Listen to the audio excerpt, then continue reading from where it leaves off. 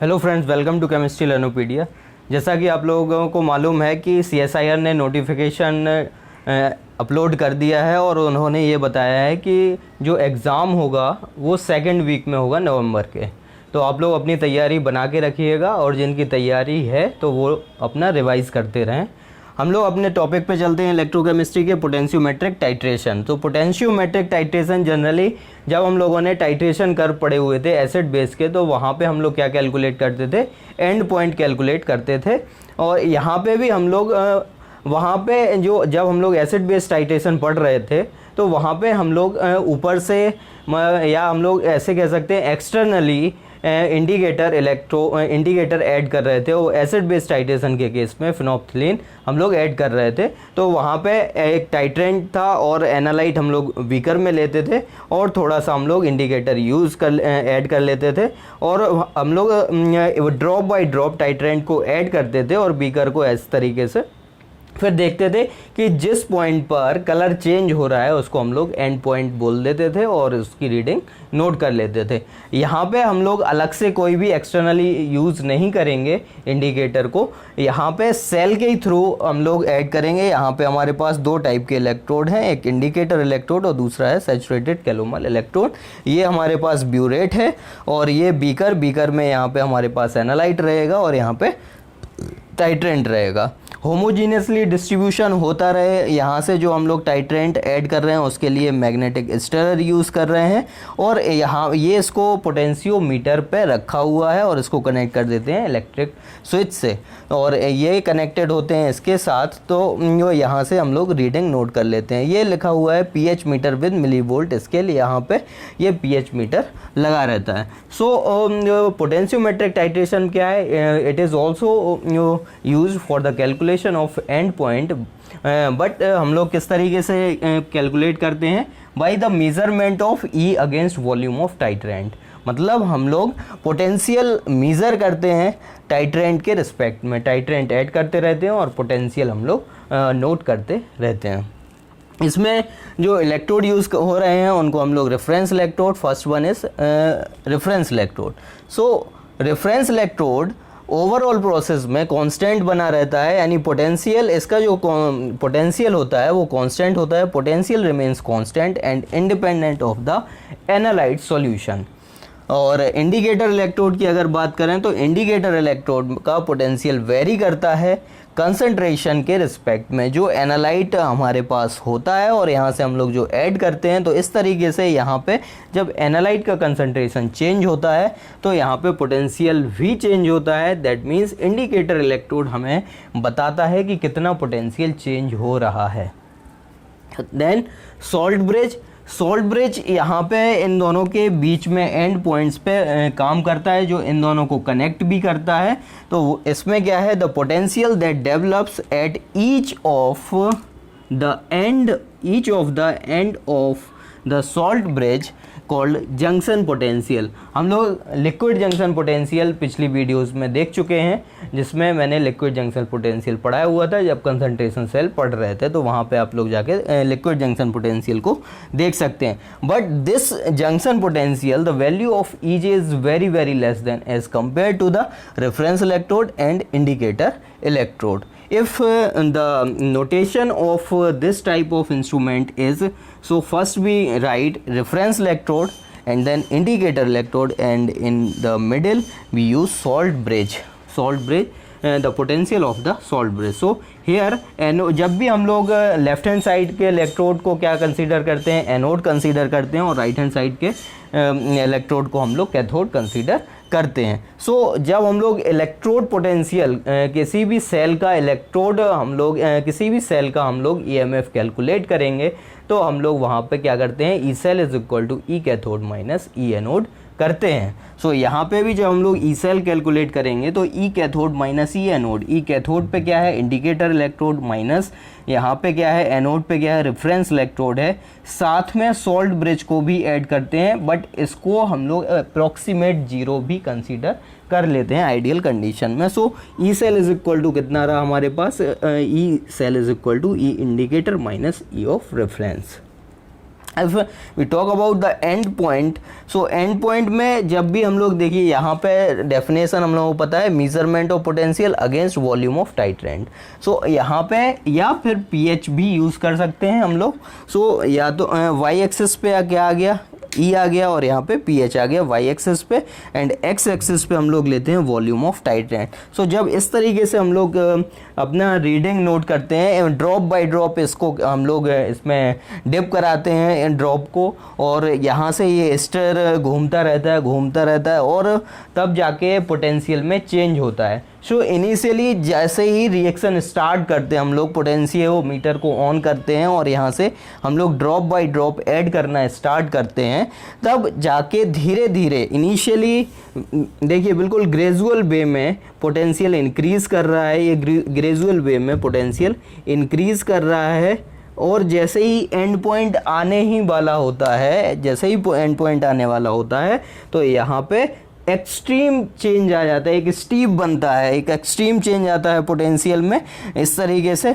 और जैसे ही and point complete हो जाता है, एंड पॉइंट पे आप इसमें जल्दबाजी नहीं करना है इसकी रीडिंग लेते टाइम। करीब यहाँ से लेके यहाँ तक की रीडिंग नोट आउट करने के लिए हम लोगों को यहाँ पे जब डिप कराते हैं तो कम से कम हमें वहाँ पे 15 से 20 मिनट वेट करना होता है। मतलब एक ड्रॉप ऐड की, फिर देखा, अगेन ड्रॉप ऐड की, फिर देखा, अगेन, फिर ऐसे करते रहे ड्रॉप बाय ड्रॉप ऐड। मतलब कोई भी चेंज नहीं आएगा, वो एंड पॉइंट होगा, वहाँ पे पोटेंशियल पे ज़्यादा कोई भी चेंज नहीं आएगा। और यहाँ से फिर जैसे ही एंड पॉइंट कंप्लीट होता है, और यहाँ से जैसे एंड पॉइंट कंप्लीट हुआ, अब इसका कंसंट्रेशन बढ़ेगा, फिर से इसमें ग्रेजुअल इंक्रीज़ होता है। तो अब यहाँ पे हम लोग फिर क्या करते हैं, इसका जो मिड पॉइंट होता है, जो स्टीप बना है, जो एक्सट्रीम चेंज था, उसका हम लोग मिड पॉइंट को यहाँ पे मिला देते हैं, और यहाँ से देखते हैं कि कितना वॉल्यूम हमारा इस पे कंजम्पशन वॉल्यूम का हुआ है। यहाँ से हम लोग फिर क्या देख सकते हैं, पोटेंशियल या पीएच भी देख सकते हैं। बट क्या है, इस तरीके का जो ग्राफ होता है इसमें थोड़ी सी अनसर्टेनिटी होती है, एग्जैक्ट वैल्यू हम लोगों को नहीं पता चलती है। तो हम लोग इसका डेरिवेटिव ले लेते हैं, delta E by delta we या फिर delta P H by delta we. So derivative लेने पे और फिर वॉल्यूम ऑफ टाइट्रेंट के बीच में जब हम लोग ग्राफ प्लॉट करते हैं तब एक शार्प पीक मिलती है, और इस शार्प पीक को फिर हम लोग वॉल्यूम ऑफ टाइट्रेंट वाली एक्सेस से और यहाँ से हम लोग मैच कर देते हैं। तो यहाँ पे हम लोगों को पता चल जाता है कि कितना वॉल्यूम एब्जॉर्ब हो रहा है, इसमें लग रहा है कितना वॉल्यूम। एक और मेथड है हम लोगों का कि इसका हम लोग डबल डेरिवेटिव ले लेते हैं। डबल डेरिवेटिव लेने से हमें हाइपरबोलिक टाइप की ज्योमेट्री मिलती है, और यहाँ से ये हाइपरबोलिक टाइप की ज्योमेट्री के जो एजम्प्टोट्स होते हैं, इन एजम्प्टोट्स को हम लोग फिर देखते हैं, एजम्प्टोट्स को बाइसेक्ट करते हैं, जहाँ पे ये दोनों मिलते हैं वो एंड पॉइंट हो जाता है। So here is the end point, here is the end point, and in the cross section so here is the end point of our experiment. So this is the end point. So this is about potentiometric titration. अब हम लोग देख रहे हैं कि potentiometric titration कितने type से होते हैं। सो जनरल जो ग्राफ होते हैं वो इसी तरीके से होते हैं, इसी तरीके से एग्ज़ाम में पूछे जाते हैं। ये वाला ग्राफ गेट 2016 में पूछा गया था, और इस तरीके के ग्राफ नेट में और गेट में अक्सर पूछे जाते हैं। सो अब हम लोग चलते हैं टाइप्स ऑफ पोटेंशियोमेट्रिक टाइट्रेशन पर। सो टाइप्स में हमारे पास जो टाइप है वो है acid base titration, redox titration, precipitation titration and complexometric titration. जब हमारे पास एसिड बेस टाइट्रेशन होगा तो एसिड बेस टाइट्रेशन के केस में हम लोग यूज़ करते हैं generally HCl and NaOH, HCl and NaOH। So HCl हम लोग लेते हैं बीकर में और NaOH लेते हैं ब्यूरेट में। सो यहाँ से ड्रॉप बाय ड्रॉप ऐड करते हैं ब्यूरेट की मदद से हम लोग NaOH को, और यहाँ पे HCl स्टर होता रहता है। तो अब यहाँ पे देखिए एक और चीज़ है, यहाँ जो हम लोग रेफरेंस इलेक्ट्रोड और इंडिकेटर इलेक्ट्रोड लेते हैं। सो सबसे पहले हम लोग देख रहे हैं एसिड बेस टाइट्रेशन। सो एसिड बेस टाइट्रेशन, सो एसिड बेस टाइट्रेशन में जो हम लोग इलेक्ट्रोड यूज़ करते हैं उसको भी नोट करना है, पता लोगों को रहना चाहिए कि इलेक्ट्रोड कौन कौन से हम लोग यूज़ करते हैं। So electrode used, number A point पे हम लोग रेफरेंस जो इलेक्ट्रोड जो यूज़ करते हैं, रेफरेंस इलेक्ट्रोड रेफरेंस इलेक्ट्रोड हम लोग यूज़ करते हैं saturated calomel electrode, saturated calomel electrode, saturated calomel electrode.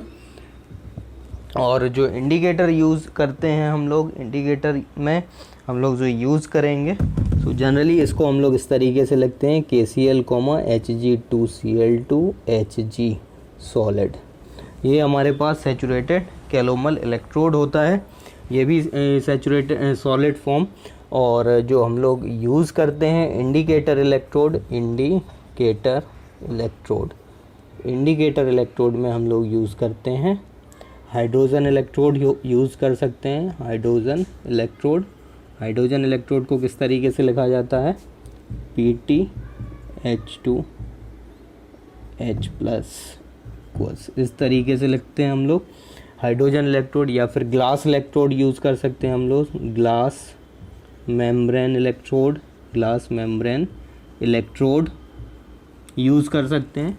Glass membrane electrode के अलावा हम लोग AgCl भी यूज़ कर सकते हैं, AgCl का इलेक्ट्रोड भी यूज़ कर सकते हैं, AgCl इलेक्ट्रोड भी यूज़ कर सकते हैं। लेकिन मोस्ट ऑफ द केसेस में हाइड्रोजन इलेक्ट्रोड या फिर ग्लास इलेक्ट्रोड का यूज़ किया जाता है। तो अब यहाँ पे हम लोग अगर अपने पॉइंट्स के अकॉर्डिंग देखें कि जब हम लोग नोटेशन लिख रहे थे तो नोटेशन में हम लोग E cell is equal to E cathode minus E anode लिख रहे थे।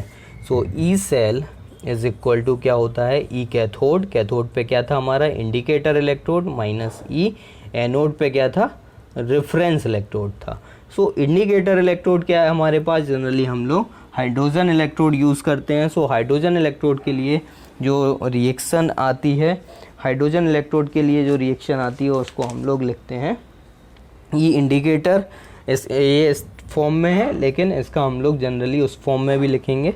सो ई नॉट यानी स्टैंडर्ड फॉर्म में। इंडिकेटर हाइड्रोजन है तो हाइड्रोजन का आएगा, अदर हैं ये तो इनके आ जाएंगे -0.0591/n और log H plus ion concentration minus इतना हो गया और माइनस का हो जाएगा 0.24। इसका जो ई रेफरेंस, इसका जो हाइड्रोजन कहाँ पे, ये जो सैचुरेटेड कैलोमल इलेक्ट्रोड होता है इसका इलेक्ट्रोड पोटेंशियल फिक्स होता है। और हम लोगों ने स्टार्टिंग में देखा हुआ था कि इसका जो पोटेंशियल होता है वो चेंज नहीं होता है। तो यहाँ इसको हम लोग कहते ना, इसका जो वोल्ट होता है 0.2422 वोल्ट इसका इलेक्ट्रॉन वोल्ट इसका ईएमएफ होता है। सो ये हो जाएगा 0.2422। सो यहाँ से ई सेल हम लोगों को पता चल जाएगा, ई नॉट इंडिकेटर, ये एसिड बेस टाइट्रेशन के केस में। और यहाँ पे हम लोग इसको ऐसे भी लिख सकते हैं +0.059 और n इज़ इक्वल टू 1 होगा इस केस में, HCl के केस में। So n is equal to 1 and ये इधर इसको हम लोग लिख सकते हैं pH -0.2422। ठीक है, तो ये हो गया हमारा एसिड बेस टाइट्रेशन में इस तरीके से कैलकुलेशन होती है। रेडॉक्स टाइट्रेशन में हम लोग यूज़ करते हैं जनरली सेरियम को, सेरियम को हम लोग एज अ टाइट्रेंट यूज़ करते हैं। सो रेडॉक्स टाइट्रेशन की जो रिएक्शन होती है उसको हम लोग इस तरीके से लिखते हैं, जनरली एनालाइट के फॉर्म में हम लोग लेते हैं Fe2+ आयन और यहाँ पे हमारे पास होता है सेरियम 4+ आयन। सेरियम 4+ आयन जो हमारा सॉल्यूशन होता है सेरियम 4+ का, वो बहुत ही ज़्यादा अच्छा ऑक्सीडाइजिंग एजेंट होता है। सो ये Fe2+ को कन्वर्ट करता है Fe3+ में कन्वर्ट कर देता है। सो जनरली जो हम लोग रिएक्शन इसमें लिखते हैं वो होती है Fe2+ प्लस सेरियम 4+ और एक तरीके से इनके बीच में इक्विलिब्रियम रहता है Fe3+ और सेरियम 3+ में ये कन्वर्ट हो जाते हैं। ये सारे एक्वस वैल्यूज एक्वस सॉल्यूशन में होती हैं, तो एक्वस अंडरस्टूड है। जनरली स्टार्टिंग में जैसे ही 1 से 2 ड्रॉप ऐड की सेरियम 4+ की हमने अपने एनालाइट Fe2+ आयन के सॉल्यूशन में, तो Fe2+ कन्वर्ट होने लगता है Fe3+ आयन में। दैट मीन्स Fe2+ और Fe3+ आयन के बीच में एक इक्विलिब्रियम मेंटेन होता है, इक्विलिब्रियम अटेन हो जाता है। सो Fe2+ से Fe3+ के बीच में एक इक्विलिब्रियम आता है, किस तरीके से, Fe2+ से लेके Fe3+ एक्वस के केस में। सो जब हम लोग इसके लिए नस्ट इक्वेशन लिखेंगे, सो इसके लिए नस्ट इक्वेशन हो जाएगी हमारे पास E Fe3 + 2Fe2 is equal to E0 Fe3 + Fe2 minus 0.0591 upon n, और यहाँ पे हो जाएगा log Fe2 आयन अपॉन में Fe3 आयन हो जाएगा। अब यहाँ पे देखिए धीरे धीरे जैसे हम लोग ड्रॉप बाय ड्रॉप ऐड करते जाएंगे, ड्रॉप बाय ड्रॉप ऐड करेंगे सीरियम 4+ को, तब Fe2+ किस में चेंज होने लगेगा, Fe3+ में। यानी हम लोगों के पास Fe3+ का कंसंट्रेशन इंक्रीज़ करने लगेगा। Fe3+ का कंसंट्रेशन इंक्रीज़ करने से ये जो ओवरऑल रेशियो है ये कम हो जाएगा, दैट मीन्स लॉग की वैल्यू कम हो जाएगी। इसके कम होने से इसकी वैल्यू इंक्रीज़ करेगी, कम होने से इंक्रीज़ करेगी, दैट मीन्स हमारा EMF क्या होगा, धीरे धीरे इंक्रीज़ करेगा। इक्विलिब्रियम पॉइंट पे जैसे ही एंड पॉइंट आता है, एंड पॉइंट आने पर Fe2+ का कंसंट्रेशन सीरियम 4+ के बराबर हो जाता है, और Fe3+ का कंसंट्रेशन एट इक्विलिब्रियम जैसे ही एंड पॉइंट आता है, एट एंड पॉइंट पे हमारे जो कंसंट्रेशन होते हैं उसको हम लोग कैलकुलेट करते हैं। कैसे, इसमें Fe2+ का कंसंट्रेशन बराबर हो जाता है सीरियम 4+ के, और Fe3+ का कंसंट्रेशन बराबर हो जाता है सीरियम 3+ के। ये हो गया एंड पॉइंट पे।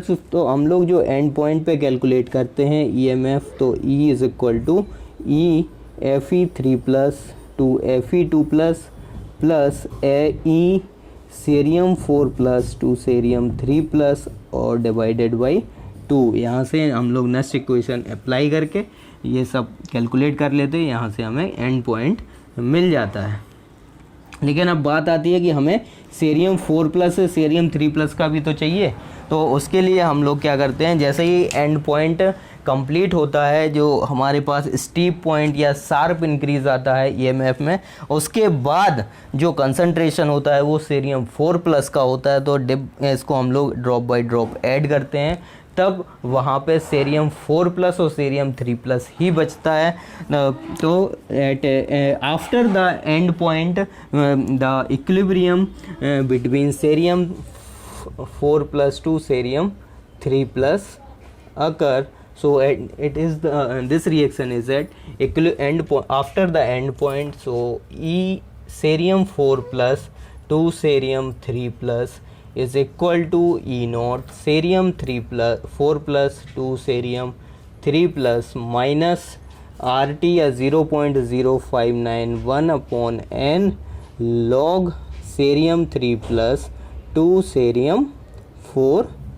तो यहाँ पे हम लोग इसको इस तरीके से लिख लेते हैं। यहाँ से जो भी वैल्यूज़ आती हैं हमारे पास, उस बेसिस पे हम लोग इससे सीरियम 4+ टू सीरियम 3+ कैलकुलेट कर लेते हैं। ऐसे ही यहाँ पे भी जो वैल्यूज़ होती हैं वो हम लोग Fe3+ टू Fe2+ कैलकुलेट कर लेते हैं। इन दोनों की मदद से हम लोग यहाँ पे E एंड पॉइंट कैलकुलेट कर लेते हैं। इसको हम लोग बोलेंगे E एंड पॉइंट या इक्विवेलेंट पॉइंट बोलेंगे। तो इस वाली जो इक्वेशन है ये हमारा रेडॉक्स टाइट्रेशन के केस में एंड पॉइंट कैलकुलेट करने के लिए है। नेक्स्ट है हमारे पास precipitation titration. So precipitation titration में हम लोग यूज़ करते हैं जनरली यहाँ पे silver nitrate as analyte and as a titrant, sorry यहाँ पे AgNO3, यहाँ पे हम लोग AgNO3 को एज अ टाइट्रेंट यूज़ करते हैं, और यहाँ पे टाइट्रेंट यूज़ करते हैं। और यहाँ पे हम लोगों का जनरली हम लोग लेते हैं NaCl का या फिर KCl का एक्वस सॉल्यूशन यूज़ करते हैं। NaCl का एक्वस सॉल्यूशन या KCl का एक्वस सॉल्यूशन हम लोग यूज़ करते हैं। तो जो रिएक्शन होगी तो इसमें एक प्रेसिपिटेट बनता है, प्रेसिपिटेट के फॉर्म में। सो प्रेसिपिटेट कैसे होगा, मान लीजिए हम लोगों ने KCl यूज़ किया है। सो KCl एक्वस प्लस AgNO3 भी एक्वस है, AgNO3 एक्वस, और ये AgCl का AgCl का प्रेसिपिटेट बन गया, और साथ में KNO3 भी बन जाएगा। तो इस तरीके, और इसमें जब हम लोग इलेक्ट्रोड यूज़ करते हैं तो वो इलेक्ट्रोड होता है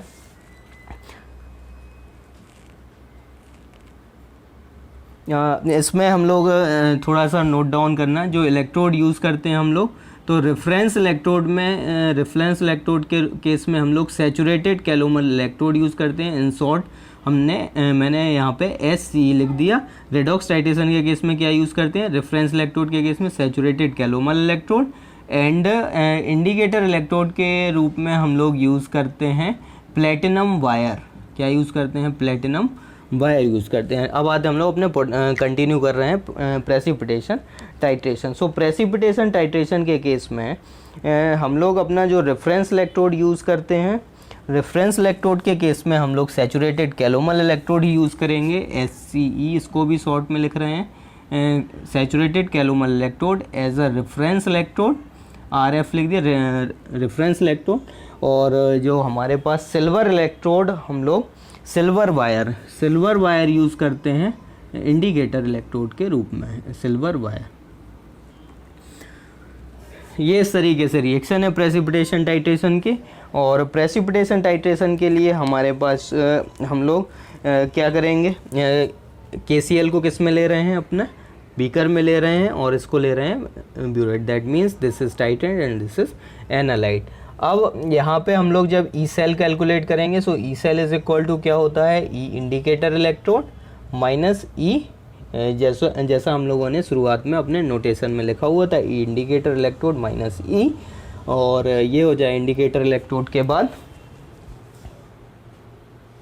सो यहाँ पे इंडिकेटर माइनस रेफरेंस होता है, E cell is equal to indicator electrode minus reference electrode.